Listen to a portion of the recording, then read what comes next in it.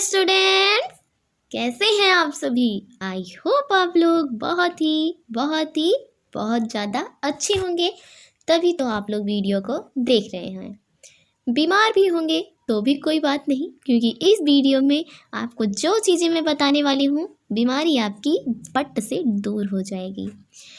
तो चलिए शुरू करते हैं। आज की इस वीडियो में भी ट्रू एंड फॉल्स के क्वेश्चन मैं आप लोग को सॉल्व करवाने वाली हूँ, जिसमें से कि आपके 5 नंबर पक्के होने वाले हैं। मैंने पहले भी बताया था कि ये जो मैं 2-3 वीडियो दूंगी ट्रू एंड फॉल्स की, उसमें मिडवाइफरी में आप 5 के 5 नंबर पाएंगे। तो चलिए टाइम को ना वेस्ट करते हुए चलते हैं अपनी वीडियो की तरफ। तो आज का हमारा फर्स्ट क्वेश्चन है कि जनसंख्या संगठन पॉपुलेशन कॉम्पोजिशन का तात्पर्य है देश की पुरुषों की कुल संख्या। तो इसका मतलब देश के पुरुषों की कुल संख्या नहीं होती है, इसका अर्थ ये होता है कि जनसंख्या की संरचना। पुरुषों की संख्या को अगर ही लेंगे तो महिलाएं कहाँ चली जाएंगी। तो जनसंख्या संगठन में महिला पुरुष दोनों को इंक्लूड किया जाता है, इसलिए ये क्वेश्चन गलत हो जाएगा। विषाणु जो वायरस होता है केवल जीवित पुरुषों कोशिकाओं, इसको कट करेंगे, कोशिकाओं में ही बढ़ते हैं। तो जो वायरस होते हैं वो, ये बात सही है कि केवल जीवित कोशिकाओं में ही बढ़ते हैं, तो ये हमारा राइट हो जाएगा। एड्स की निगरानी, एड्स मॉनिटरिंग के लिए प्रयोगशाला में हीमोग्लोबिन की जांच कराई जाती है। तो हीमोग्लोबिन की जांच नहीं कराई जाती, एड्स मॉनिटरिंग में इसका कोई भी रोल नहीं होता है, इसलिए ये क्वेश्चन गलत हो जाएगा। HIV,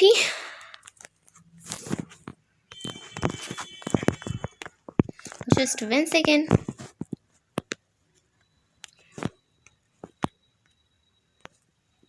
क्या कह रहा है कि HIV संक्रमित व्यक्ति में CD4 गिनती 350 कोशिकाएं घन मिली या इससे अधिक होने पर ART शुरू कर देनी चाहिए।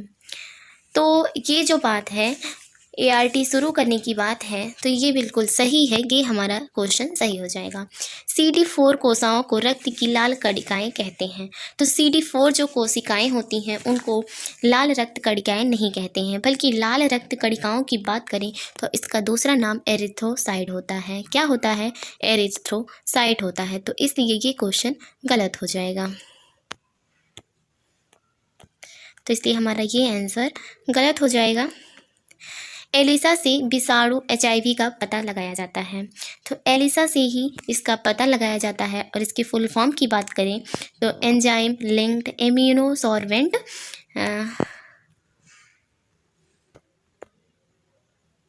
तो क्या होता है एलिसा का full form enzyme linked immunosorbent, और ए से SC, हाँ SC होता है। तो इसका फुल फॉर्म HIV का ये होता, सॉरी HIV का तो एलिसा का ये होता है ह्यूमन इम्यूनो डिफिशियंसी वायरस होता है इसका फुल फॉर्म HIV का। प्रतिपक्ष विषाणु ART में दी जाने वाली औषधियों की दुष्प्रभाव बिल्कुल नहीं होते हैं।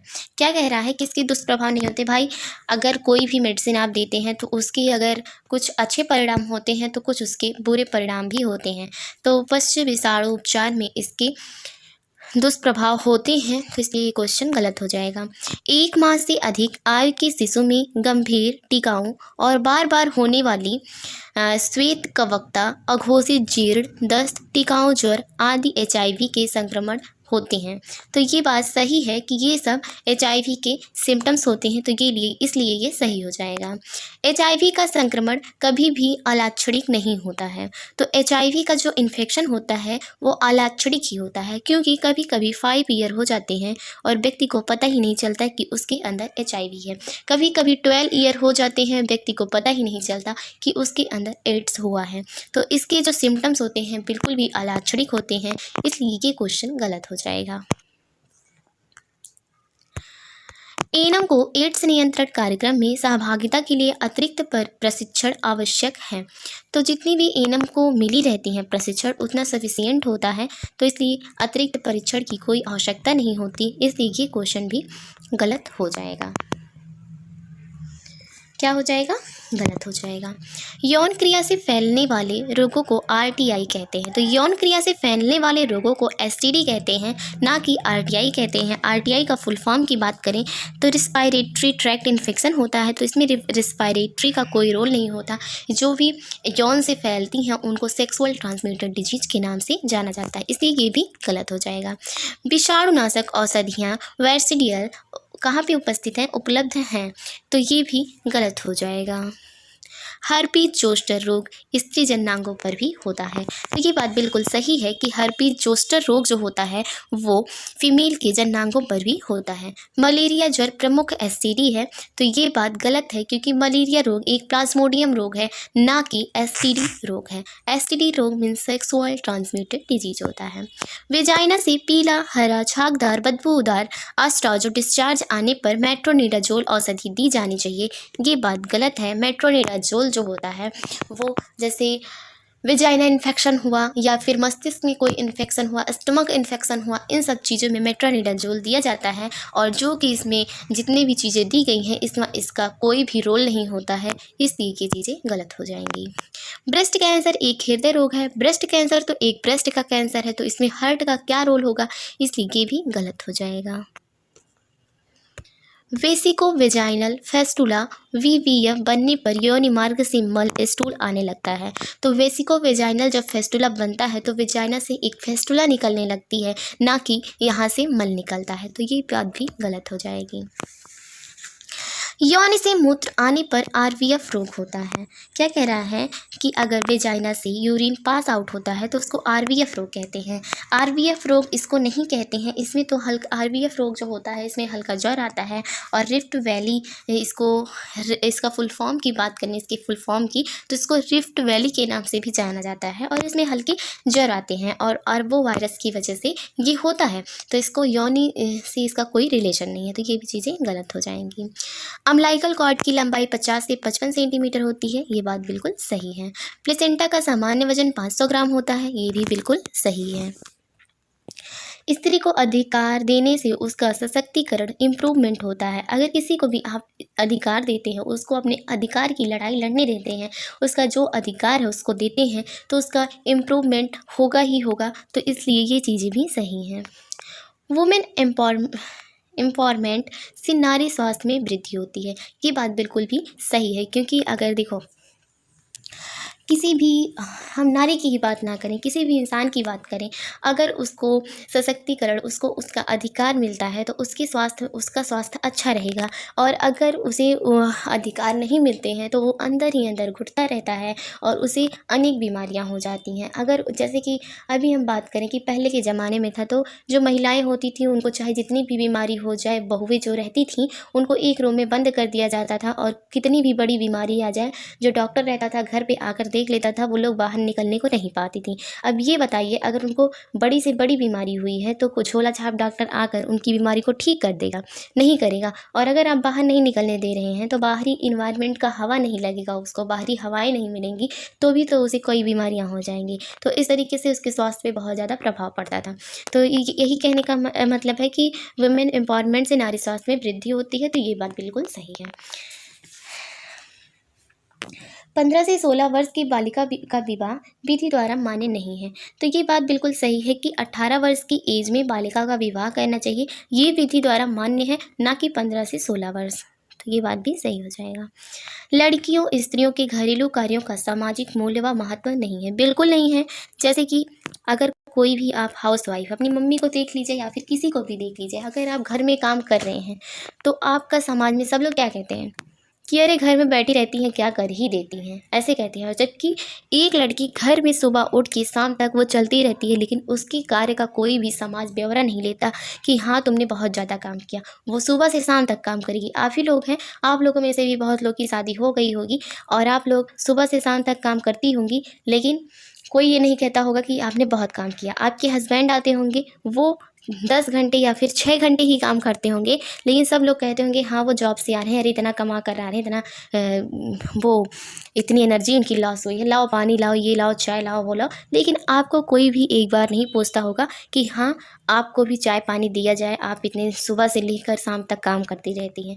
तो यही इसका कहने का मतलब है कि लड़कियों स्त्रियों के घरेलू कार्यों का सामाजिक मूल्य व महत्व नहीं है। तो ये बात क्या है, सही है, ठीक है। तो ये बात बिल्कुल सही है। हाइड्रोमिनाज रोग में क्या होता है कि एमनियोटिक फ्लूइड की मात्रा सामान्य रूप से अधिक होती है, तो वो उसको हाइड्रोमिनाज नहीं कहते बच्चा, पॉलीहाइड्रोमिनाज कहते हैं। तो पॉलीहाइड्रोमिनाज अगर ये रहता तो यहाँ पे बात सही होती, लेकिन यहाँ सिर्फ हाइड्रोमिनाज लिखा है तो ये बात गलत हो जाएगी। नेक्स्ट देखते हैं कि क्या, आई होप आप लोगों को वीडियो पसंद आ रही होगी और इस तरीके से डिटेल में पढ़ाना आप लोगों को सही लग रहा है या नहीं, आप लोग इस चीज़ को कमेंट में ज़रूर बता देना। अब बताती है कि गर्भाशय प्रेग्नेंट का भार निरंतर बढ़ता रहता है, तो ये बात तो बिल्कुल सही है। आप लोग अपने आसपास भी देखते होंगे कि धीरे धीरे उनका वजन बढ़ता रहता है। और जो गर्भाशय प्रेग्नेंट यूट्रस रहता है, कभी थोड़ा निकला रहता है, 2-3 महीने पे आप देखेंगे थोड़ा निकला रहेगा, 6 मंथ में और ज़्यादा निकल जाता है, और 9th मंथ में तो पूरा कैसा हो जाता है, बहुत ज़्यादा निकल जाता है। तो आपने ये देखा ही है, तो इसमें और क्या समझाने की बात है।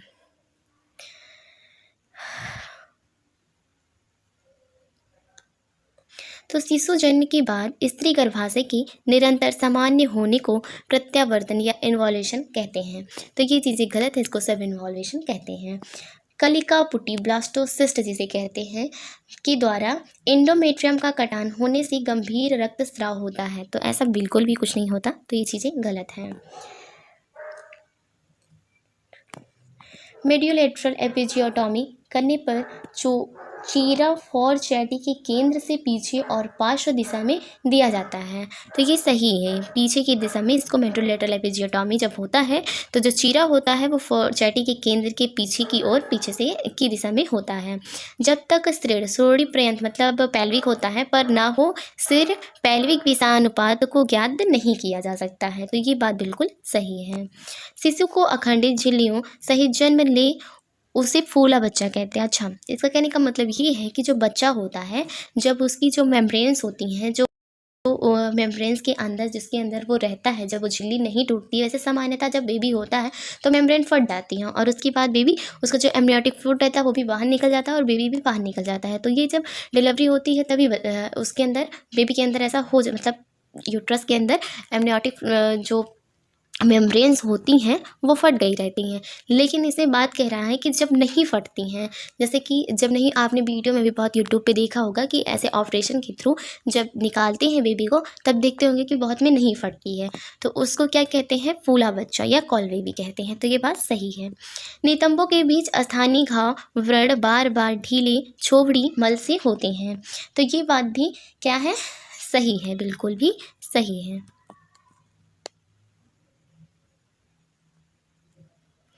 क्या है कि अवरोधित प्रसव में उदर पर दिखाई देने वाली अनुप्रस्थ या तिरछी नाली को वेडल्स रिंग कहते हैं, तो ऐसा कहते हैं कि नहीं, हाँ बिल्कुल कहते हैं। जन्म दर के बाद स्त्री का स्तूतिका स्राव लोकिया हमेशा चमकीले लाल रंग का होता है, तो ऐसा बिल्कुल भी नहीं होता है, इसलिए ही गलत है। लोकिया आपको पता है जो जन्म के बाद लोकिया आता प्यूपेरियम के दौरान होने वाले स्राव को लोकिया कहते हैं। अब लोकिया की आप डेज बताएंगे कि कब से कब तक होते हैं, इसको आप कमेंट में बताइएगा। 6 से 10 सप्ताह की गर्भावस्था में हैगर्स चिन्ह प्रदर्शित होते हैं। क्या कह रहा है कि 6 से 10 सप्ताह की गर्भावस्था में हैगर्स चिन्ह प्रदर्शित होते हैं, ये बिल्कुल सही है। गर्भावस्था में मासिक धर्म होता है, तो गर्भावस्था में मासिक धर्म नहीं होता है, इसलिए ये क्वेश्चन गलत हो जाएगा। एमनोरिया गर्भावस्था में पाया जाता है। एमनोरिया का मतलब होता है कि मेंस का ना आना या रुक जाना, तो गर्भावस्था में जो मेंस्ट्रुएशन साइकिल होती है वो बंद हो जाती है, मेंस आना बंद हो जाता है, इसलिए इसको ये सही हो जाएगा। अधिकतर गर्भ में बच्चा दाई की ओर पश्च कपाल अग्रवर्ती अवस्था में होता है। क्या कह रहे हैं कि जैसे कि जो बच्चे का कपाल होता है वो आगे की तरफ होता है, तो सबसे पहले जब डिलीवरी होती है तो बच्चे का सिर ही आता है, तो इसलिए ये सही हो जाएगा। ग्रेवी विस्फार डायलेशन ऑफ सर्विक्स पर वास्तविक प्रसव पीड़ाओं का कोई प्रभाव नहीं पड़ता।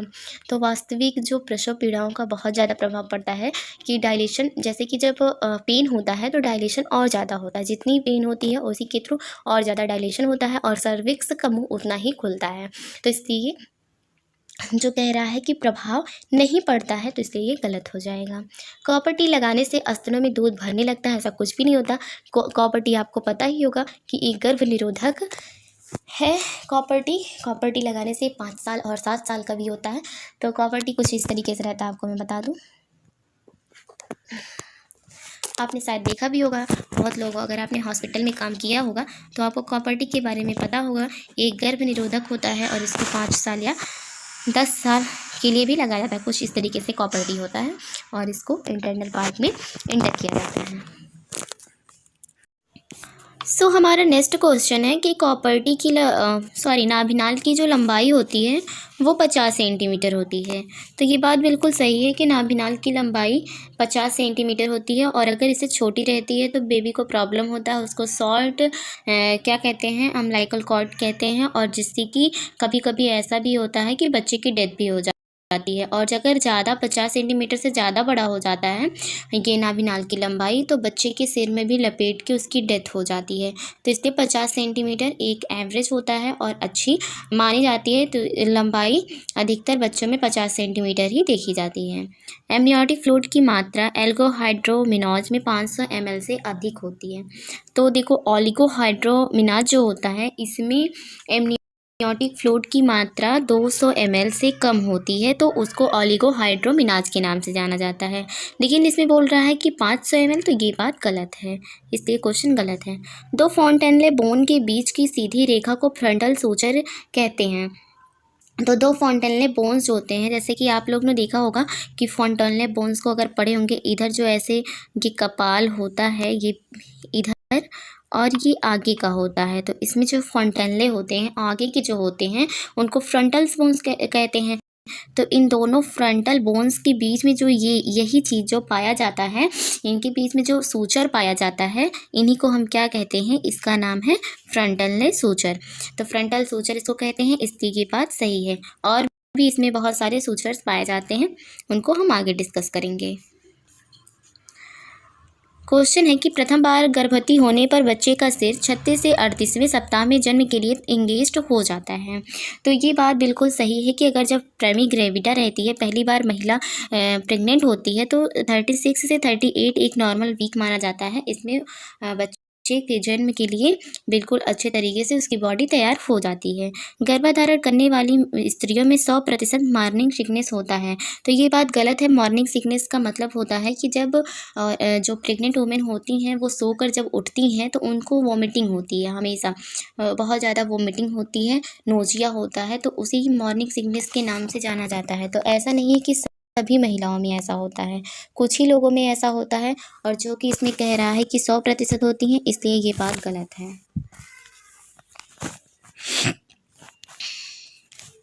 नेक्स्ट क्वेश्चन है कि मालाडी एक गर्भ निरोधक औषधि है। क्या है? मालाडी एक गर्भ निरोधक औषधि है, ये बात सही है, मतलब गर्भ से रक्षा करती है। अगर मालाडी को कोई लेता है तो वो रिलेशनशिप में आता है तो भी उसे ये औषधि प्रिवेंट करती है बेबी को कंसीव होने से। मस्तिष्क सुषमा द्रव CSF की मात्रा का शिशु में हाइड्रोसिफेलस होने से कोई संबंध नहीं होता है। तो देखो कि बात बिल्कुल सही है कि CSF की मात्रा का शिशु में हाइड्रोसिफेलस होने से कोई भी प्रभाव नहीं पड़ता है। तो ये बात जो है गलत है, क्योंकि इसी की वजह से ही हाइड्रोसिफेलस होता है, तो ये बात गलत है। अगर ये कहता है कि हाँ है तो सही होता। हाइपोस्पिडियाज एक जन्मजात रोग है, तो हाइपोस्पिडियाज एक जन्मजात रोग है, ये बात सही है। मिनोपोज गर्भावस्था का एक चिन्ह है, तो मिनोपोज कोई भी गर्भावस्था का चिन्ह नहीं होता है। मिनोपोज का मतलब होता है कि जब 45 एज की महिलाएं हो जाती हैं तो उनका मेंस्ट्रुएशन साइकिल आना बंद हो जाता है, जिसको मिनोपोज के नाम से जाना जाता है। ये 45 की एज में होता है। लेकिन जो मिनोपोज जब प्रेग्नेंट वुमेन होती हैं तो उनका भी मेंस आना बंद हो जाता है, बट उसको मेनोपॉज के नाम से हम नहीं जानते हैं। मेनोपॉज का अर्थ है कि हमेशा के लिए बंद हो जाना, तो इसलिए गलत है। गर्भावस्था में माँ के रक्त आयतन में वृद्धि का कार्य की रक्ताल्पता होती है। गर्भावस्था में माँ के रक्त आयतन में वृद्धि से क्या कह रहा है, फिजियोलॉजिकल एनीमिया होता है। तो ये बात गलत है कि अगर रक्त का आयतन बढ़ेगा तो एनीमिया नहीं होगा, क्योंकि रक्त की कमी की वजह से ही एनीमिया होता है। तो ये बात भी गलत है। नेक्स्ट देखते हैं। नेक्स्ट क्वेश्चन है कि यूटराइन सॉफल गर्भवती स्त्री के गर्भाशय की विशिष्ट ध्वनि है। तो ये बात सही है।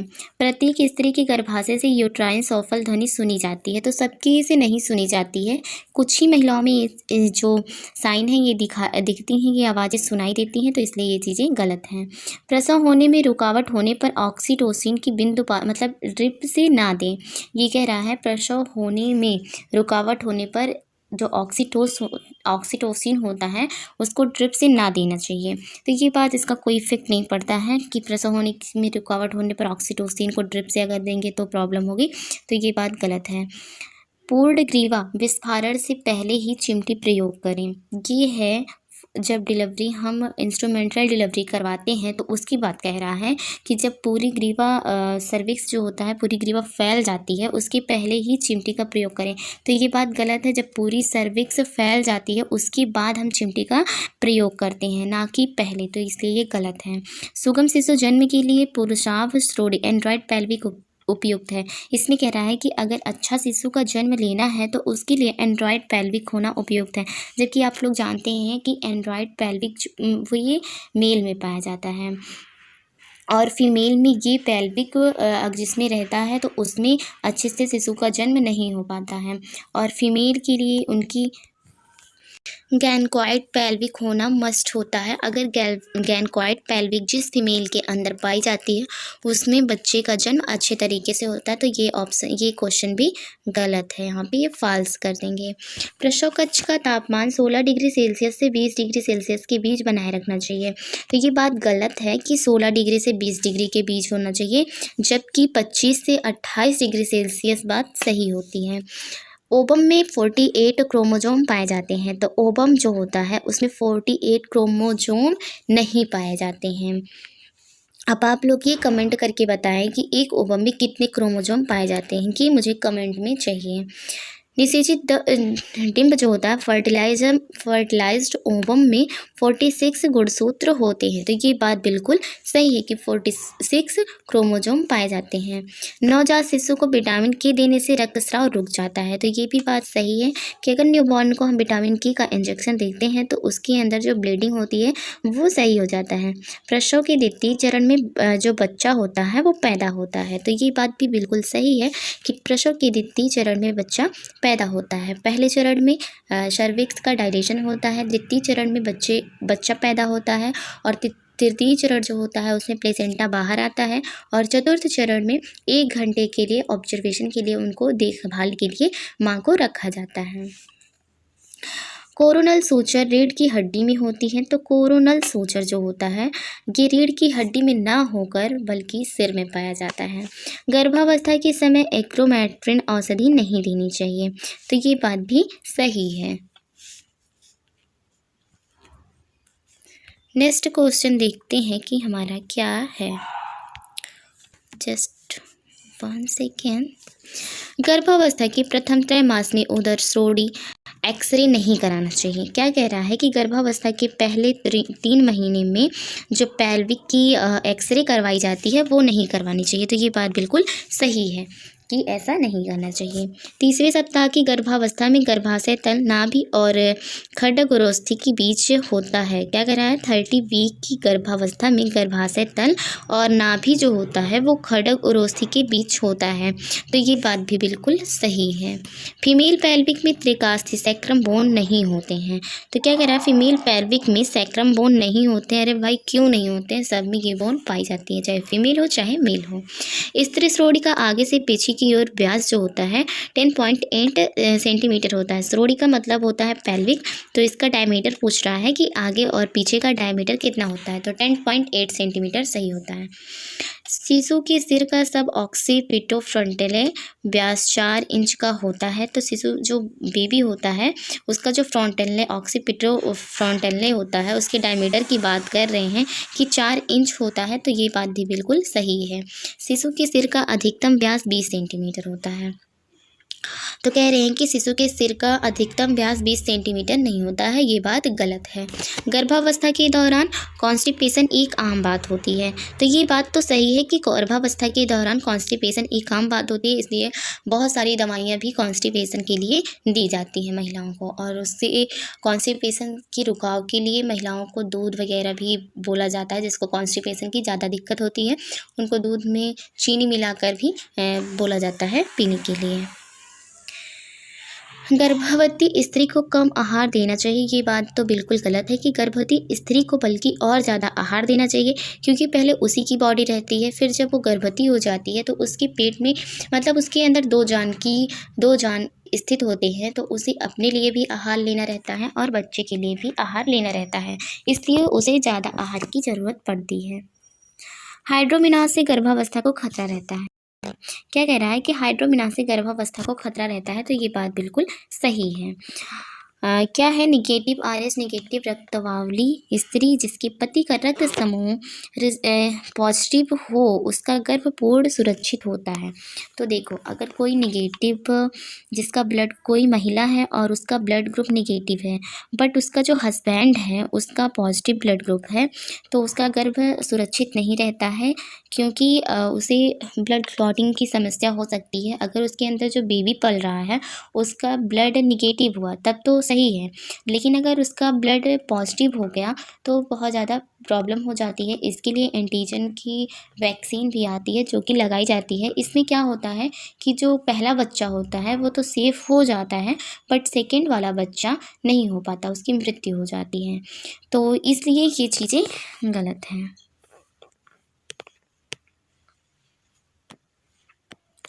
नेक्स्ट है ब्लास्टोसिस्ट का गर्भाशय के अंतःस्तर से चिपकना इम्प्लांटेशन कहलाता है। क्या कह रहा है कि ब्लास्टोसिस्ट जो होता है वो जब गर्भाशय के अंदर जाकर चिपक जाता है उसको इम्प्लांटेशन कहते हैं, तो ये बात सही है। भ्रूण विकास की क्रिया को प्रजनन कहते हैं, तो भ्रूण की विकास की क्रिया को प्रजनन नहीं कहते हैं। आप लोग को मैंने बताया है कि प्रजनन किसे कहते हैं, किस तरीके से होता है, पूरा प्रोसेस मैं बताई हूँ, तो ये बात गलत है। मस्तिष्क का विकास 5वें सप्ताह में होता है, तो ये बात सही है कि मस्तिष्क का विकास 5वें वीक में होता है। लेनुंगे जो होते हैं रोए वयस्क व्यक्ति के सिर की बाल होते हैं, तो ये ऐसा नहीं होता है। जो बच्चे होते हैं छोटे उनके जो हेयर्स होते हैं उनको लेनुंगो कहते हैं। गर्भ में बच्चा प्राणवायु ऑक्सीजन माँ के फेफड़ों से प्राप्त करता है, तो गर्भ से बच्चा जो ऑक्सीजन होता है माँ के फेफड़े से नहीं प्राप्त करता बल्कि वो प्लेसेंटा के थ्रू प्राप्त करता है, तो ये बात गलत है। अम्लाइकल कॉर्ड को 2 स्थानों पर बांधने के बाद बीच से काट दिया जाता है, ये बात बिल्कुल सही है।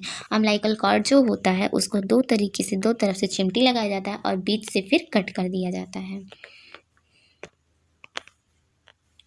उसके बाद है हमारा क्वेश्चन कि नवजात शिशु के शरीर पर लगे चिपचिपे सफ़ेद पदार्थ को वर्निक्स कैसियोसा कहते हैं, तो ये बात सही है। जो आप देखते होंगे जब बच्चा बाहर आता है, जैसे बच्चे का तुरंत ही जन्म हुआ रहता है तो उसके ऊपर वाइट कलर के लगे रहते हैं, तो उनको हम वर्निक्स कैसियोसा कहते हैं।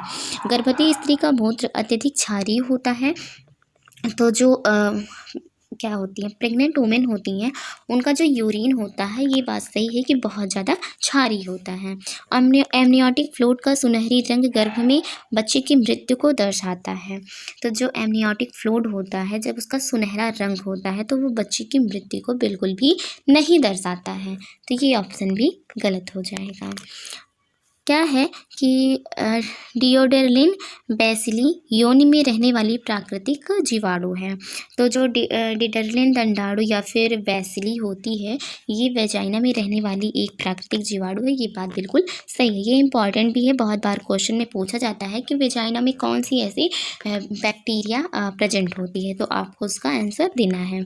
ऑक्सीटोसिन हार्मोन पश्च पीयूष ग्रंथि पोस्टीरियर पिट्यूटरी ग्लैंड से निकलता है, तो ऑक्सीटोसिन जो हार्मोन होता है वो पोस्टीरियर पिट्यूटरी ग्लैंड से ही निकलता है, इसलिए ये बात भी सही है। तो आई होप आप लोगों को आज का वीडियो पसंद आया होगा।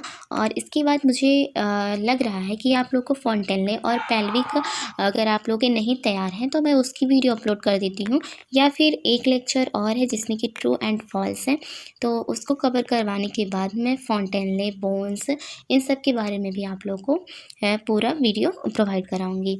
तो आई होप आप लोग को अच्छी लगी होगी वीडियो। अच्छी लगी हो तो लाइक करें, और नए हैं चैनल पे तो प्लीज़ चैनल को सब्सक्राइब करें।